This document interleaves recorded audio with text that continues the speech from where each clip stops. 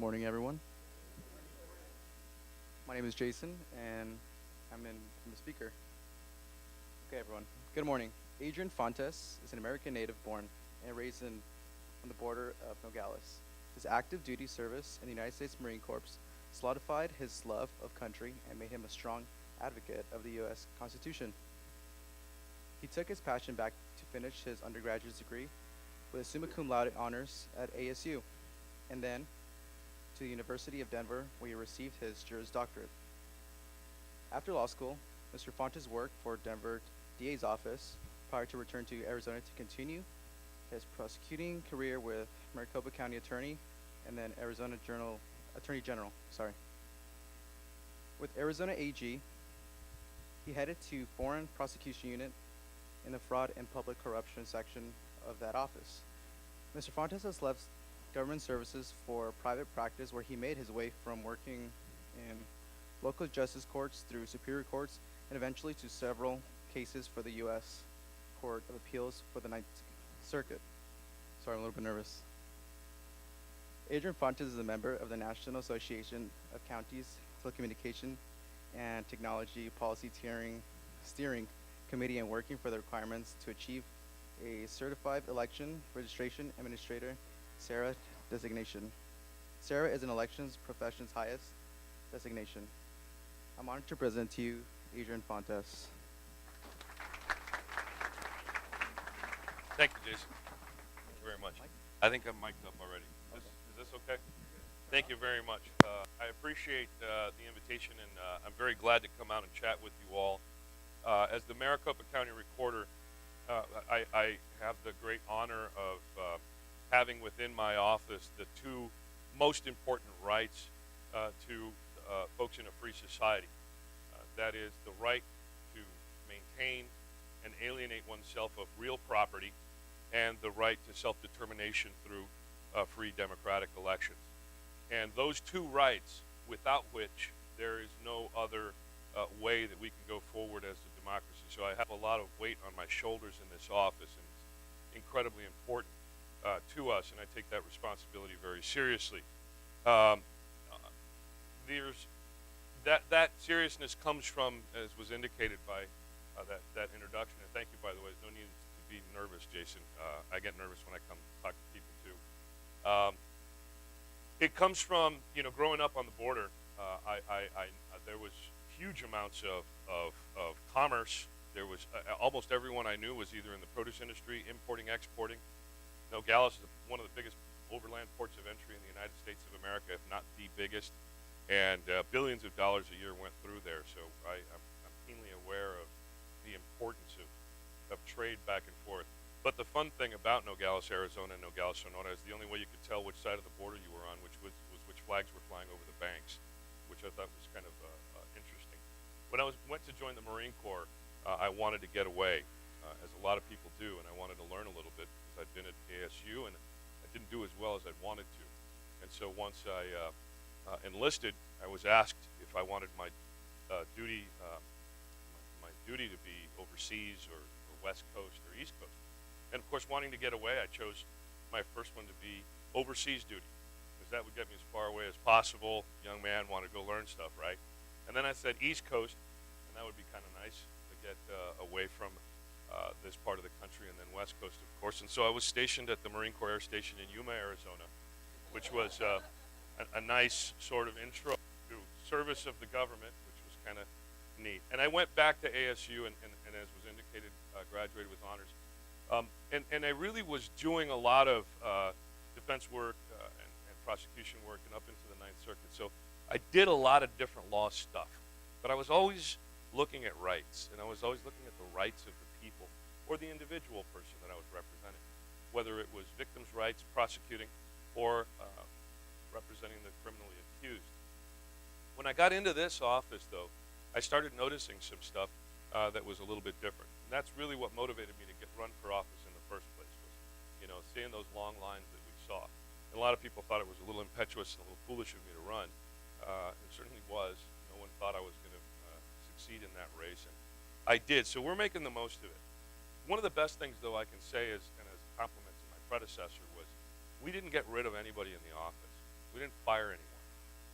We utilized the experience, the know-how, and the lessons learned from the people that were there, and we allowed them to redeem themselves, and they've done a hell of a job. So I'm going to talk a little bit about what our team has accomplished over the last year under new leadership, and I think you're going to be impressed. One of the things that we wanted to do right off the bat was say, how do we do elections better? Obviously, that was going to be one of our primary foci as we moved forward. And so we went and asked folks in the warehouse, in election services, in candidate services, in voter registration, across the entire spectrum of things that you have to do with elections. We said, how can you do your job better? What resources do you need? What kind of people do you need? What sorts of policy changes can we create? And what we ended up figuring out was that we had the know-how and we could build the technology in-house. We have a site system right now that operates, and you'll see as this over here, you'll have a chance to check in. This is an entirely built in-house. We don't have licensing fees, we don't have maintenance fees, and while that may not be good for some private businesses out there, because we're not operating that way, it's great for taxpayers, because we're not putting a whole ton of extra money out where we can actually purchase things off the shelf that have been vetted, that have real secure ways of operating, and that's really, we're really happy about that. So I'm going to talk a little bit about that too. But before I get into all of that, I want to talk a little bit about this thing that's been going on out there, all-mail elections. People are worried about what does it mean to do an all-mail election or a vote-by-mail election. We just had one out here in Chandler Unified School District this fall. Ended up being actually one of the best results that we had. You had 29% turnout for your voters when we sent everyone a ballot. That's 3 times the number of voters turning out for that election as they would have if they had only been assigned to one precinct on election day. Now, we talk a lot about convenience and expedience and the voter experience, but when you ask yourself this question, if I get that ballot when I walk into a polling place, and it has to be that one polling place, am I not shrinking the capacity of that voter to be able to take the time, look at the ballot, look at the issues, and do all of this stuff? Well, there's an argument for you got to be prepared when you walk in there. But we have a very transient society. People move from place to place. That's clearly evidenced by the fact that our ballot center here in Chandler was the highest ballot center for people showing up and changing their address on site, which wasn't available to voters before. In other words, with the ballot center in Chandler, we had more people utilizing this technology to change their address and get their actual ballot for that election, live, in person, printed on demand. That's a kind of innovation and technology that we've got, that we've caught up with Pinal County, we've caught up with Orange County, Florida, we've caught up with Denver, we've caught up with a lot of other places in the country who are using these methods as best practices. So ballot by mail also does some other things. It allows us to keep early voting open longer, and it keeps early voting and ballot replacement open into later evenings. If we had a facility we could staff here in Chandler, you could basically do early voting 24/7 as long as the facility was available and we could staff it. Because what we're doing is opening up the mode of voting. And that's the one thing that has always been exactly the same in American elections, is that they change. We didn't used to have secret ballots, by the way. Does anybody know that? We did not used to have secret ballots. It's called the Australian ballot or the Massachusetts ballot because they were the first ones to adopt it. Ladies, of course, you're coming up on 100 years of voting. You didn't get to vote at all. So those changes have always been happening, and most of them have been welcome.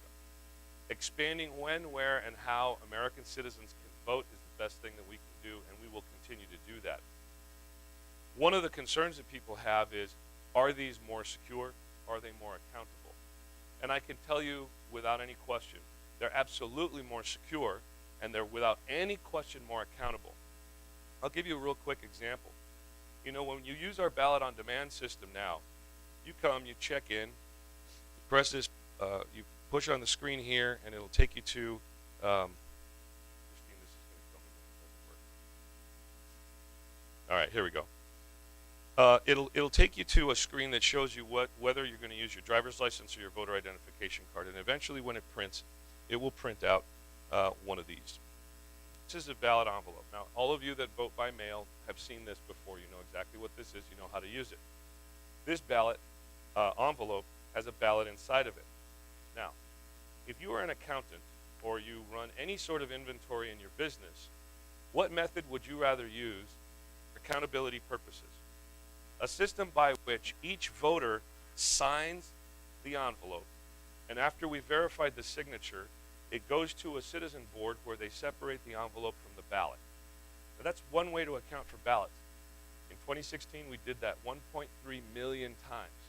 We do it all the time. Or would you rather have a system whereby people can walk into a polling place with a ballot that's been mailed to them and then check in, or a system that's designed to have pre-printed ballots with them as well? Is there an opportunity for fraud and human error there? Without question. It's exponentially greater. And we've seen the accounting problems that come with more potential for human error. And so by putting ourselves in a situation where you walk up to a polling place and you actually put the ballot in the envelope and you sign it, we've eliminated a lot of those problems. Because you still have an anonymous ballot. Your name's not on the ballot. It's only getting signature verified. And by the way, IEEE, who I'm sure some of you use for security consulting and so forth, have indicated, as with a lot of the rest of the academics in the field, that signature verification is not only more secure than voice recognition, but it's absolutely more secure than ID, because ID is only as good as the people who are checking the IDs, right? So how well trained can we make our 4,000, 5,000 people that we're hiring every 2 years to check IDs? It's tough. So what I'm here to do is talk to you about some of the data and some of the facts and some of the way that we're using our technology. Now, we did an all ballot by mail election in the fall of 2017 with 26 jurisdictions around Maricopa County. We mailed out just over 1 million ballots and got about 240,000 back. It was almost 24%, which is perfectly consistent with the turnout that we've had over the last several years. Now, why is that good? It's good because we had, for the first time in an election that size, 100% accountability, signature verification to ballot. So we knew there was this many voters and this many ballots because we could utilize that system. So anybody who's worried about election security or election accountability has to understand that while ballot by mail may not be the most comfortable thing for my 70-something-year-old mom, because she likes going on election day and putting a little thing in the thing, it's certainly more accountable, and it increases our capacity to maintain security better. We have also done something for the first time that hadn't been done before. We did what I think a lot of you would call a customer satisfaction survey. We sent out 55,000 emails to people who had cast ballots in this fall's election. We got 5,500 back, which is great. The report on that, their satisfaction, what they believe in, what they trust, what systems they prefer to use, and how they prefer to use them, we've never measured. There's no political subdivision in Arizona that's ever said, we're going to put a survey out there and ask the people how they want to vote. And we did that this fall. So we published that report, I think in the last week and a half or so. And it's for the fall jurisdictional elections, which included Chandler Unified School District. Your overrides, I believe, passed, by the way, so congratulations. All of the overrides passed, which was interesting. I'm going to switch a little bit over now away from elections and talk a little bit about the recording side of the house and some of the things that we're looking at to improve the services that we afford you. One of the things we've been doing for a very long time at the cost of about $1,000 a month is maintaining all of our records on microfiche. Now, all of you are probably like saying, wow, microfiche, I remember that. Yes, I do too. And I remember fondly getting a bill for $11,000 every month from the company that we send our data to send it back to us. I also remember when I first got the first tour of the facilities that I'm going to maintain, and I was down in the basement, parking basements of the courthouse, and I looked at a room a little smaller than this one that was 2 layers of cinder block with 2 sets of redundant air conditioning and 2 redundant sets of power that had to be maintained so that we could keep the microfiche inside of there that no one ever uses. We literally, I went around and asked the staff, and Matt knows this. We went around and asked the staff, when was the last time someone asked to see microfiche? And the answer was never, because we have all of our records, as you do, electronically stored. We have redundant servers with this storage. And so I thought, gosh, why are we spending this much money? Let's go figure out if we can work around this. And so I asked my staff, show me why you have to do it this way. And they said, well, the statute says so. I said, well, let me see the statute. So I read the statute, and I thought to myself, I don't see a mandate for microfiche in this statute. So then I put the book in the other hand, and I read it this way. And I still didn't see a mandate. And so like all smart lawyers, I sent it to another lawyer. And I said to Bill Montgomery's staff in his civil division, who represents our office, I said, can you guys find a mandate? And they said no. But we don't have a mandate to keep our records in microfiche. We worked with the Secretary of State's office and the Library and Archives division at the state. We've worked with some other folks to figure out a better way to do this. We're going to be transferring all of our data onto MDisc technology, which the Department of Defense has certified lasts for about 1,000 years. They call them millennial discs. Our microfiche technology really only lasts about 300 or 400 years. They say we can eke it out to 500 years because of the nature of the chemical nature of this stuff. So not only are we going to make it last up to 3 times longer, but it's going to cost us a lot less. We're thinking it's probably going to run about $1,500 a month to reproduce all of our records. So from $11,000 a month on a perceived mandate that didn't actually exist to $1,500 a month, we're still going to use the storage locker down there, but I'm going to send the library and archives all of our microfiche. We're going to let them store it over there at their cost. But one of the better things that we did, and that was actually a good thing, so we're saving a bunch of money there, is right now we've got a business process analyst who was managing a law firm out here in the East Valley for a long time. And I'm asking him to work specifically on a project that's very important to folks in business. Now, we all know in Maricopa County, one of our biggest sources of wealth and revenue is development. And it impacts everyone across the valley. Not that y'all out here would know anything about building houses and creating new spaces for folks to live and work and play. One of the tough scenarios that we have is if you're a developer, for example, and you've got a piece of land, you want to go down to my office and you got to file that map. And then it goes over and gets codified with the assessor's office. They do a bunch of legal descriptions and they split the whole thing up. And about 30 days later, you end up with the right kinds of documents that you need to be able to go over and get your permitting to build whatever it is you need to build. Sometimes that can take 45 days or longer.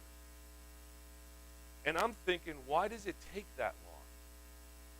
And what the heck in the world are we doing with the money that should be out there hiring contractors, should be out there paying laborers, should be out there laying foundations and putting in plumbing and moving that money through the economy? Why is it taking so long for the government, me, to work through this? And so right now we are actually looking not just at the statutes, but we're looking at the business processes inside of my office to find out where the lag is. And I'm real happy to be working with Paul Peterson, an old college buddy of mine who we used to fight when we were in college, but we're friends now. And at the assessor's office. And so we're going to try to figure out a way to take that, which is averaging, I think, 32, 34 days. We're going to try to smash that down into something around a week if we can. And if we can figure that out, just think about how much more quickly government can move to be as agile and nimble as business would want us to be, at least insofar as that one aspect is concerned. So we're looking at all of the different pieces of this office, and we're trying to figure out how to serve you better. And by serving you, what I'm saying is all of our community, because it's not just about voters. It's not just about voters of color or voters who are disenfranchised. It's not just about small business owners. It's not just about how do we transfer title and whatnot on a mobile home better. It's not just, it's all of these things together. And if we can make sure that we're running quicker, more nimbly, more accurately, more securely, and more transparently, then you're getting what you deserve. And that is, at least insofar as this corner of the government, someone who understands that there's a lot more to doing this than going out and chatting with the Chamber of Commerce, right? It's about getting the job done better. And so these are some of the things that I wanted to make sure to touch on. I don't think there's anything else in here other than community outreach. My coming to you is part of that general push. And I want to make sure by creating our community relations team and getting out into the public that we have a better connection to you so that you'll be able to contact us. I can't tell you how many times we've been out and about talking to people where we'll end up getting emails back to our community relations team to help folks deal with problems and fix situations. You know, I can do a PSA that's going to air on some cable channel at 2 o'clock in the morning and no one's going to see it, and I can call that community outreach. I can go record something on the radio and get out there, and then that'll be called community outreach. But if I bring my deputy recorder over there out here to be able to chat with you and meet with you, if I bring a member of my community relations team, you now have a direct connection. And you will be able to more directly serve our entire citizenry. You have conversations with friends and family, folks that you do business with, who might need a question answered from our office.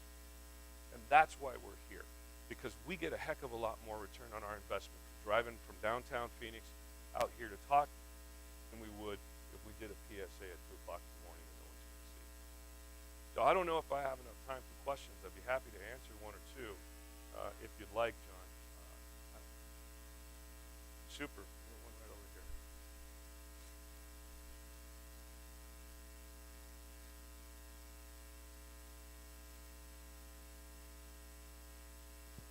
There you go. Good morning. Thanks for being here. Sure. My name is Kurt Rogers of Southwestern Retirement. I was listening to a presentation on the mail-in ballots, and I typically do that myself. But it seems like in the last few election cycles, there's been this cottage industry developing of ballot harvesting. Okay, so people going into neighborhoods that may be lower information, and then taking handfuls or even boxfuls of ballots to the post office. That to me seems a little bit troubling. What's your office going to do to maybe try to control that and make sure that that's not being abused? Well, the state of Arizona has already made that a felony, and since I'm not a law enforcement agency, a lot of that doesn't fall into our bailiwick. One of the critical components that we've done, particularly in so populations that don't necessarily have a lot of information, obviously we're reaching out. But one of the other things we did was create a special election board person. A special election board is a group of individuals, 2 or more, who are of different political parties, who will go and actually administer a vote to a person who is either unable physically or infirm or older or whatever to go to a polling place and to actually go vote. And so by creating a full-time coordinating position, we can get the folks that are doing this sort of thing as volunteers and get them out to help these folks so that we can alleviate the need or the desire for other folks to go out and do these sorts of things and gather ballots. So what we're doing really is by creating more outreach and by actually getting to vulnerable communities, we're solving the problem through putting our official folks out there. And you can actually help out in that, if you like, by becoming a special election board member. So you and someone of a different political party can go to someone who might find themselves in an emergency room in a full body cast and they just can't vote. You would be the officials who go in, take the voter's intent, create the ballot for them, and then do your affidavit, bring it back. That ballot would end up counting for that voter. This brings a lot more integrity to the system, but we didn't have that type of service available because we didn't have a full-time coordinator. It was a catch as catch can. So the idea of getting out to help people bring their ballots to us or help people fill out their ballots who might need assistance, which is, I think, part of the direction of where you're going, is real. The other part of your question, and I'll address it directly, is there's a lot of mythologies about voting out there that are just not true. You're more likely to get hit by lightning than to see actual voter fraud that can be convicted. We can ask our good friends in Kansas about that. We can ask Bill Montgomery about that. And we don't have facts or numbers that show that widespread voter fraud has ever been a problem. It's a really great storyline, but it's not real, as evidenced by the fact that the president himself just disbanded his voter fraud panel, and the idea that they would have disbanded it after saying that they were going to collect information and have all this data. We never saw it. And I personally asked, and I know I'm stepping on political ground here, but I'm talking about election administration facts. I'm not talking about political storytelling. So I want to be real clear here. When you talk about the facts on the ground, and you talk about supposed evidence of millions of people voting illegally, it's never been produced. And I actually asked the White House a year ago to show it to us so that we could increase the security, so that we could actually be vigilant, so that we could bring real integrity and rebuild the confidence into our election systems, because that's part of my job. When I was a security officer in the Marine Corps and handled classified material for our country in defense of this nation, that was important to me. This is important to me now. And without actual facts and actual data, I'm just on a wild goose hunt. We know of no actual data. There are stories, and that's true. There are incidences here and there, and that's absolutely true. But there's no evidence of widespread voter fraud. And when I've got to do a data-driven job, and I've got to deal with actual facts and actual budgets and actual on-the-ground performance, I've got to know the truth. Because I'm dealing with your tax dollars. And I'm just going to run willy-nilly, spend a ton of money on something that doesn't exist. So it's like folks from Missouri would say, show me. And when the proof doesn't exist, what am I going to do? I need proof. So if you got it, bring it. I'll look at it, and we'll do something about it. You got a question right there? That's fine. Hi, Adrian. Matt Hello. Eberly. I'm a candidate for city council here. I'd like to know how we're going to be voting 10 years from now. What do you see in the future as far as the way we do things? Oh, I can Whether tell it's you right now. paper ballots or electronic. In 10 years, you're going to be using the same thing that we're using right now if my crystal ball hadn't run out of batteries. Because look, the state of Virginia just went from electronic voting back to paper ballots. These paper ballots, and you'll forgive, my staff is very creative. They put my picture on these things, so if you take one home, don't worry too much about that. This is the one true way that we can measure the intent of the voter and have that actually physically manifest in front of us. Electronic voting has proven to be sort of as good as the lever machines and the punch cards. When we got there and we saw new technology, we thought, wow, this is great, and we're going to move forward with it. But it's the good old-fashioned contract, right? It's the good old-fashioned wet ink signature type of thing. Paper is traceable, it's auditable, and there's no doubt about it. You can get 3 or 4 people to look, and was this arrow connected or was that arrow connected, right? Were you voting for Reagan Bush or Washington and Adams? This is our sample ballot. It's fun. We've got Carrie Fisher running for office on here too. So, okay. So I see us going with paper because I don't think the folks generally are ready to move yet. Farhana Shifa, candidate for LD18 House Representative. I have 2 components of the question. Number 1, you're talking about human error. That's why you're eliminating the ballot and going to the more of a technological side. But creating the volunteer group to assist the vulnerable community, how you protect the human error in that process, because they're not government employee, they're volunteers, like you ask random people to volunteer. Number 2, the ballot harvesting, I request you to look at the Senate report and the House report, both places I testified for the ballot harvesting, tons of real evidence out there. So you will get some facts there. Okay, and I think, Matt, could you get some of that information for us? Matt's also our InterGov stuff, and if you want to let him know, he can pull that stuff a lot better than I could, and I'll definitely have him brief me on that, because if it's out there, I want to see it. Absolutely. It hasn't been brought to my attention. As far as human error is concerned, look, every general election, we hire 4,000 to 5,000 people. We put them through a couple of hours of training, and those are the folks who are at the polling sites, handing out pre-printed ballots. That's enormous potential for human error, but we haven't had a lot of complaints about that. In the system that we have with ballot by mail, and in the other systems that we have, we've got folks of 2 different political parties who are going to be certifying oaths that what they're doing is being done properly and what they're doing is accountable.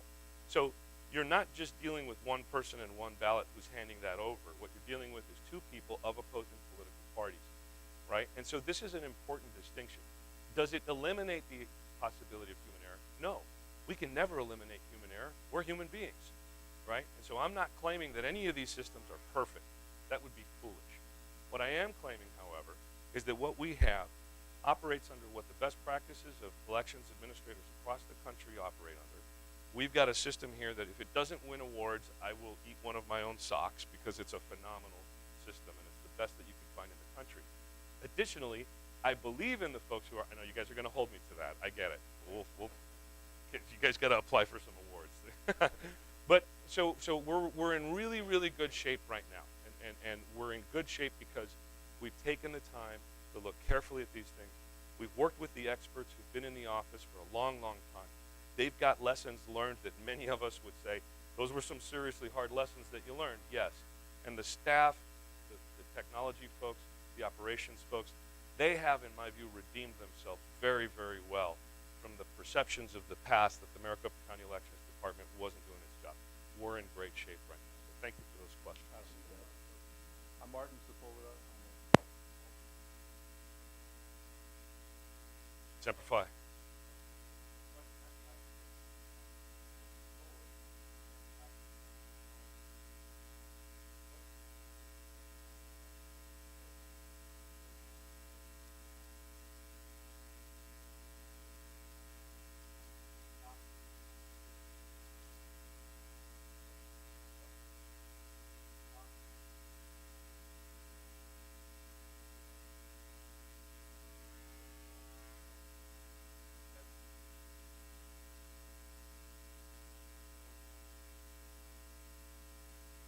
So there's two ways of doing elections in Arizona, and then there's two types of elections in Arizona. So the two ways of doing it are a precinct-based polling place, and then there's ballot by mail. Those are the two methodologies, right? In certain elections, precinct-based polling places are mandated. So where we have general elections, where we have federal elections, where we have countywide elections, you've got to use the precinct-based polling place. So you've got to have polling places all over the place in the old-fashioned method, which is okay. No, that's a state law. There's actually a piece of legislation moving through right now that would adjust that so that the county could pick whether or not they go to all ballot by mail. So that's on the table right now. Now, as to jurisdictional elections, you've already had that. We just did it this fall. You can do all ballot by mail. Now, ballot by mail, let me clarify real quickly. Ballot by mail doesn't mean you don't have polling places or ballot centers. It means you have more access during the weekends and into the evenings to go vote. So folks that are saying, well, I want to take my grandkids to go vote in my neighborhood polling place.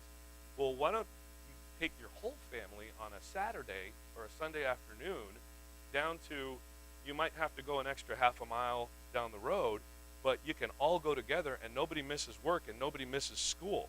So we don't have a reduction in productivity, which I think is important to folks in this room. So going to ballot by mail is actually not only a lot less expensive, but it's a lot better across the board for these sorts of civic engagements. Now, as to Chandler specifically, I don't recall if Chandler is a chartered city. Are you consolidated on the general election ballot, or are you independent? So you're consolidated. So if y'all can figure out a way to pull yourselves out from that sort of consolidation, then you can run ballot by mail whenever you want, because you get to pick how you run your election by using this subcontractor. Because when school districts run their elections, they're the election officer. We just provide the service. I know that was the last question. I don't want to go too much further over. I really appreciate not only the spirited dialogue, but all of the other questions and the opportunity to come share this information with you. We're doing our best to keep the money flowing through the economy and not stuck in my office. So thanks for that, and I hope you all have a wonderful day. Thank you.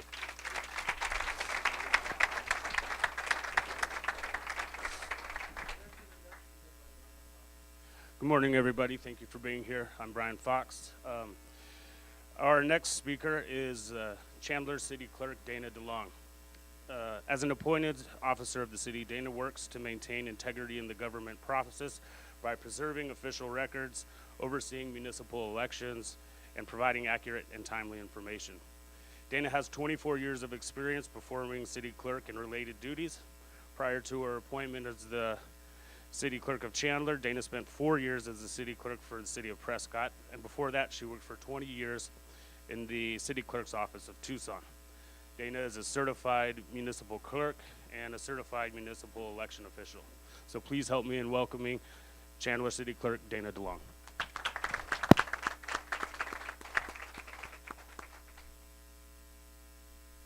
Thank you. You hear me? It's a pleasure to be here this morning. I have a PowerPoint presentation. I'm a little bit excited about it. So, it's a pleasure to be here and share with you information about the City of Chandler elections and tell you a little bit about the City Clerk's office. Before I get started, I do want to mention I'm new. This is month 8 for me. I've been here 8 months and very happy to be here at the City of Chandler. In fact, I was telling, I think, Councilmember Rowe this morning, this is the kind of job that you work your whole career for, to be in a city like this, so I'm very happy to be here. Thank you.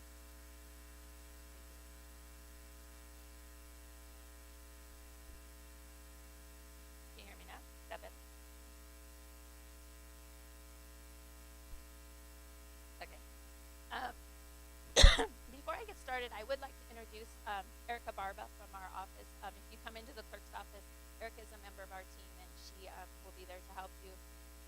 So I'm happy to have her here today. So this morning, I'm going to talk a little bit about some of the programs that the city clerk's office manages besides elections. I'm going to talk about upcoming City of Chandler elections, the candidate process, and special elections. Take too much of your time.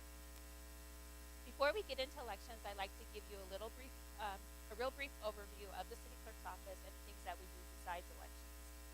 The city clerk is responsible for charter mandated requirements, which is why we have divided our department into three distinct divisions. First, we have legislative division. The clerk's office is basically the secretary to the mayor and council. And by this, I mean we are responsible for making sure that all council agendas, meeting notices, and minutes are prepared and posted in compliance with the open meeting law. We're tasked with documenting and preserving the legislative history of the city of Chandler. And so anything that the council votes on or takes action on is recorded and documented. After I wrote this, I thought council actions.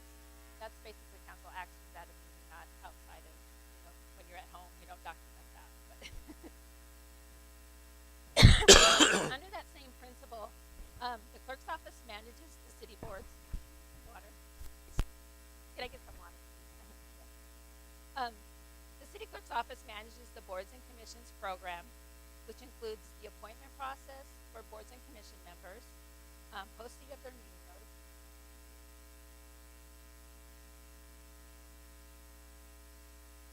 and then and then providing training and guidance to city staff who support the various boards and commissions. So these are some of the tasks that we perform in the legislative division. So basically, it has to do with agendas, minutes, making sure that we are in compliance with that open meeting law, and we do that not only for council but for boards and commissions. Another division is the records division, and the city clerk's office administers the organization-wide records management program. We are the keeper of the city's permanent records, which are ordinances, resolutions, the city charter, the city code, city rules and regulations. So we make sure that those are preserved, the history of the city is preserved.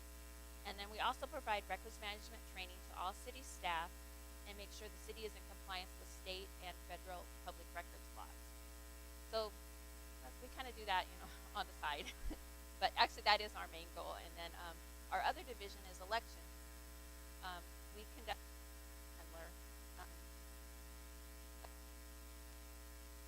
but we don't do this by ourselves. We with the assistance of the Maricopa County Recorder's Office and Elections Department, which we are extremely thankful for your existence because we couldn't do this without you. To let you know how this works a little bit, the city of Chandler does not own one piece of equipment that would print a ballot or count a ballot. That's all owned by Maricopa County, and then we contract with them to provide those services for us for our election. So basically, they create the ballots, they mail out and receive ballots. They tabulate the ballots for us. They do all the voter registration. They set up, train, hire, staff early voting sites and voting centers. So everything related to voting that physical ballot, we contract with them to do. And then the city clerk's office is responsible for interacting with the candidates and making sure that all necessary paperwork is filed. The city clerk is the filing officer for all city election forms. And then we provide that information. So like they file, the candidates file campaign finance reports with us, the nomination petition papers, and then we provide that information to the county so they can create the ballot. The city clerk's office always also creates that publicity pamphlet that gets mailed to every voter's household. So it's safe to say we work very closely with the Maricopa County Recorder, and it's a real partnership that we have with them in order for us to pull off a successful election. So we do have an election this year. In 2018, the city of Chandler will be holding a candidate election on August 28th to elect a mayor and 3 council members. As you may know, the city of Chandler is a charter city, and what that means in regards to elections is that there are certain requirements in which the charter varies from state election laws. But for the most part, we do follow those state statutes. There are, some differences. One thing is that the city of Chandler charter requires term limits for their mayor and council. So a mayor can serve 2 consecutive terms, 2 consecutive 4-year terms, which is 8 years. A council member can serve 2 consecutive 4-year terms, which is 8 years. And then there has to be 4 years have to elapse between before that person can hold that office again. So a council member can serve for two terms, be off 4 years, and then come back and serve for 2 terms. That's a little bit different if someone decides that is a council member and then wants to run for mayor. They can hold 2 terms and then run for mayor without having that 4 years in between because they are 2 different offices. So that is one charter requirement, is our term limits. So you might be asking, what does it take to be a mayor and council candidate? In Arizona, persons are nominated to run for office in the primary election by a nomination petition process. This means that a person has to collect a minimum number of signatures from qualified electors to have their name placed on the ballot. So to be qualified to hold the office of mayor or council, you have to be 18 years of older at the time you file your nomination petition, and you have to be a qualified registered elector of the city, and you have to be a resident of the city of Chandler or an annexed area for 2 years immediately preceding the election.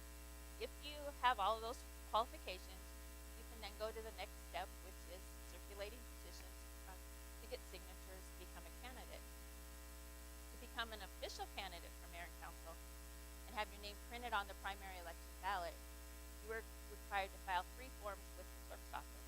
And one is the nomination paper, the financial disclosure statement, and then your nomination petitions that contain the minimum 1,000 signatures from qualified voters. There is a maximum.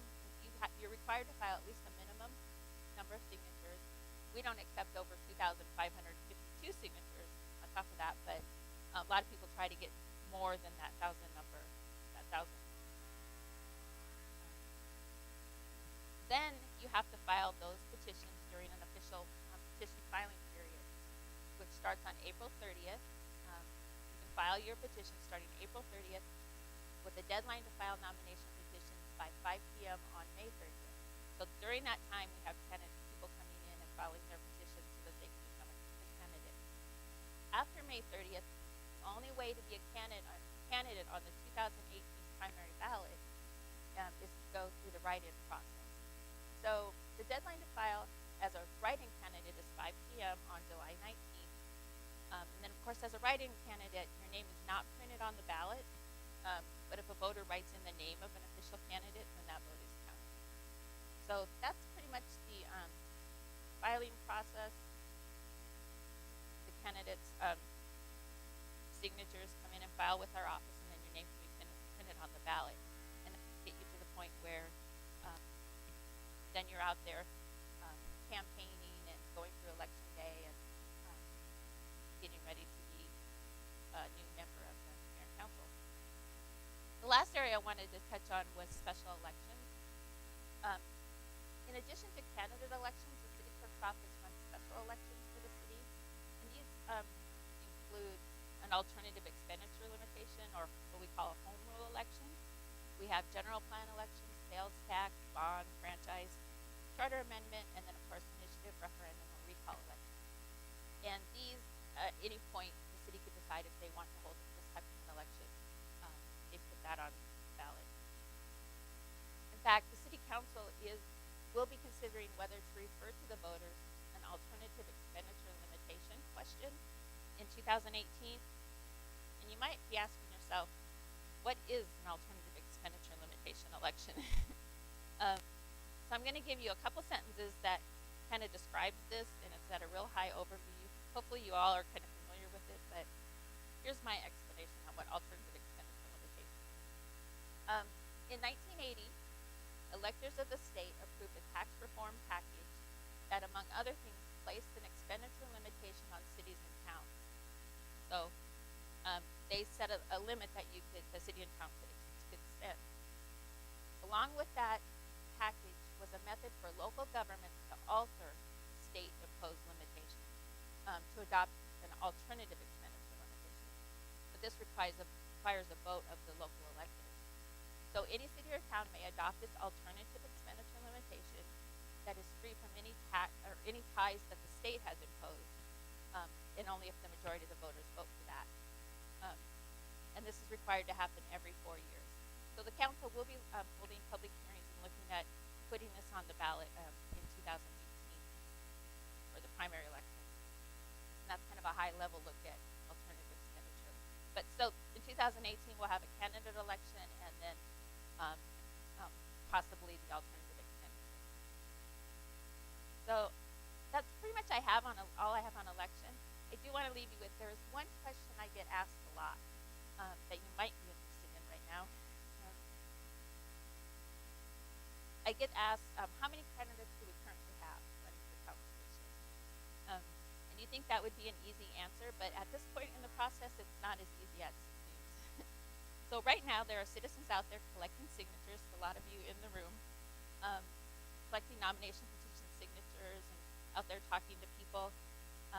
And then those petitions will be turned in on no later than May 30th for the official filing period, starting April later than 30th.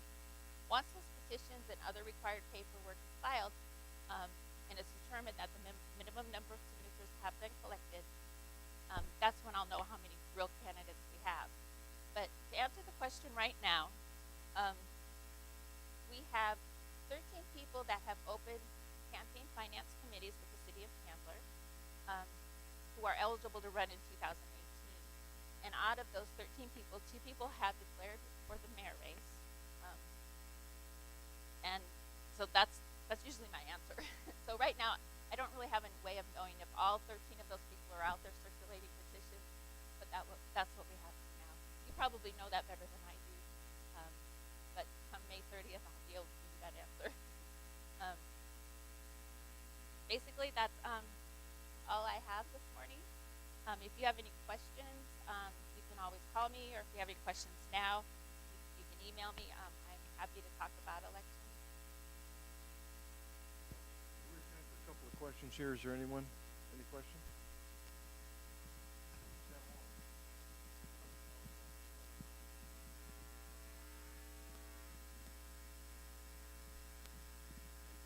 I do have a question. So I remember whoever can get elected would be the top 3 vote getters, and also that person need to have at least 50% of the mayor candidate, the top mayor candidate's votes. That was the first time I was running. Then the next time it says, okay, still you need to be the top 3, but you will need to have 1/6 of the total votes. So I did not see anything writing here, and so will it be changed this time? No, the charter requires, for the outcome of the election, the charter requires the people who get elected to win a majority of the votes cast at the election. So I do have a formula for calculating how we find that, and it's kind of spelled out in the charter how that happens. So I hope this is your question. What happens is to determine who wins an election. So let's say for the mayor race, what we do is we take the total number of votes that are tabulated for that election, and then we divide that in half and round up 1, and that will give us the majority number of votes cast. And the person that has that highest number over that majority of votes cast is declared the winner. That's how we do it in the mayor election. In a council race, it's a little bit different because you have 3 candidates running we have several candidates running for 3 seats. So what we do is we take the number of candidates. Let's say you have 6 candidates running for 3 seats. We take the number of votes that were cast for all 6 seats. So let's say there was 75,000 votes that were cast, and where a voter has to go in and say pick at least 3 people. You then would divide that by 3, the number of seats to be filled. That gives you about 25,000 votes, and round up. And that gives you that majority of votes cast. So what happens then, this is why I didn't kind of go into this kind of lots of math. What happens then is the top 3 candidates who have over 25,001 votes would be declared the winner. Does that kind of answer your question?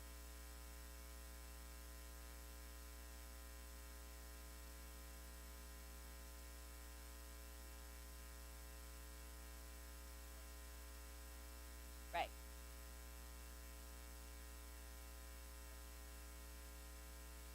Okay.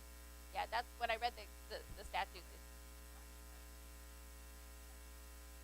Yes, yes, that's how you get the majority of votes cast. Now, if you have 6 candidates and only 2 of them got over that majority of votes cast, that 25,000 limit, you would then have to have a runoff election, and the next 2 vote getters down would go into a runoff election. So to be able to be elected, it's not just the top 3 votes; it's over that majority votes cast.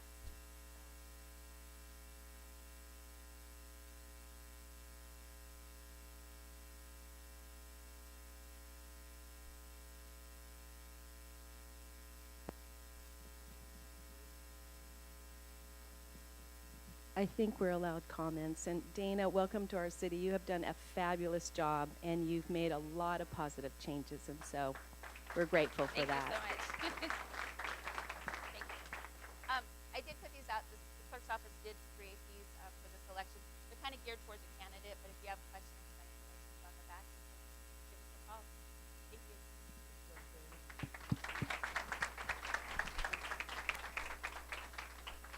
With that, we will move on to council updates, and we will begin with Vice Mayor Nora Helen. All right, thank you. So everything I'm going to share is what's going to start happening next month, because we're already here at the end of February. So you definitely want to come to our State of the City address, which is going to be Tuesday, February 13th at 6 o'clock. We'll feed you. We'll have a nice reception, so please come to that. We always like to chat with you and get to know you better. And then at 6:45, the mayor will start his State of the City address. Then on February 10th, this is exciting. So our airport is doing an open house. We have renovated our terminal. You want to come out and see that. And then also you can interact with pilots. We'll talk to you about aviation. You get to meet our wonderful staff. We did an economic impact study on our airport. And what came out of that was we generate about $299,000 a day from our airport. So it's an enormous economic engine. So bring your family and your kids.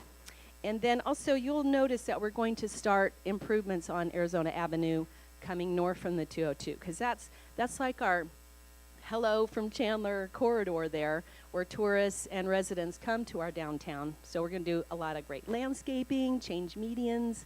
So that's starting, very exciting.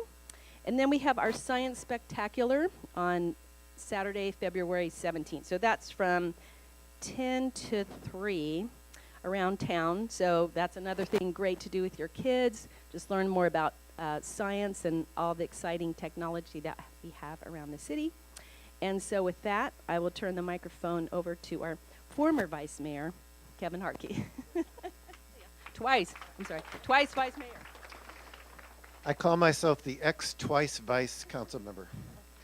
So I'll just add two things to that. Starting January 30th, we're engaging in our VITA program, which in essence, we will help those who have low incomes to help them conduct their tax stuff. Last year, I think we helped people recover or find about $2.3 million, which goes into their pocket, which helps them in our community. This is one location, which is the bank on the first floor, Ascend across the street, and then there's 3 other locations across Chandler, one in Sun Lakes and some others. So if you know of some people that could use some help, or maybe a family member that you have that this would be something valuable for them, please call the city and we'd love to direct you to that. And one other, this last week, just a shout out, we did a joint point in time homeless count with our police department and our fire guys and neighborhood services and volunteers, and did an excellent job identifying people who are homeless in our community, chronically homeless living on our street, as well as those who are couch surfing from our schools and other places, not chronically, but other categories, to order to get a good grasp on homelessness in our community. And yes, homelessness is up across the entire valley. We're seeing that in Chandler as well. The good news is this will help us also identify who are the people, what are their stories, how can we help them, as well as in the future bring resources for us to help people who are currently homeless get out of that experience, finding jobs, and resuming productive lives. And I'll just stop at that because we got others.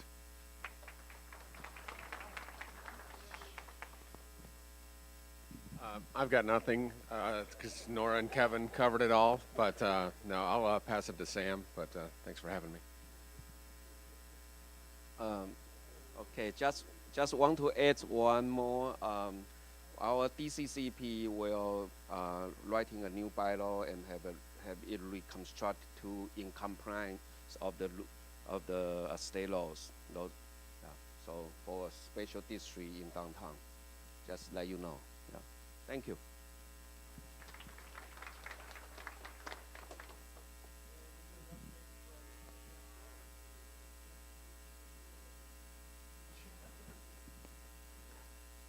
Good morning. The only thing I'll mention is that the State Transportation Board right now, the main things that we're working on is approving the 5-year plan, which we do annually, and also looking to approve what the state is right now calling the long-term transportation plan, which is pretty dismal.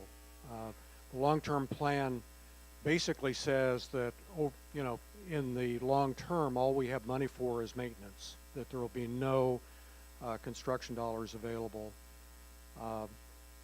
The exception to that, of course, is Maricopa County and Pinal County that imposes a sales tax to do some local work. But those of us that recognize that commerce depends on a statewide system are very concerned about finding a way to fund statewide infrastructure improvements. So stay tuned. I think that the long-term plan maybe is a wake-up call to folks to say we really need to be doing better planning for our statewide infrastructure. Thank you.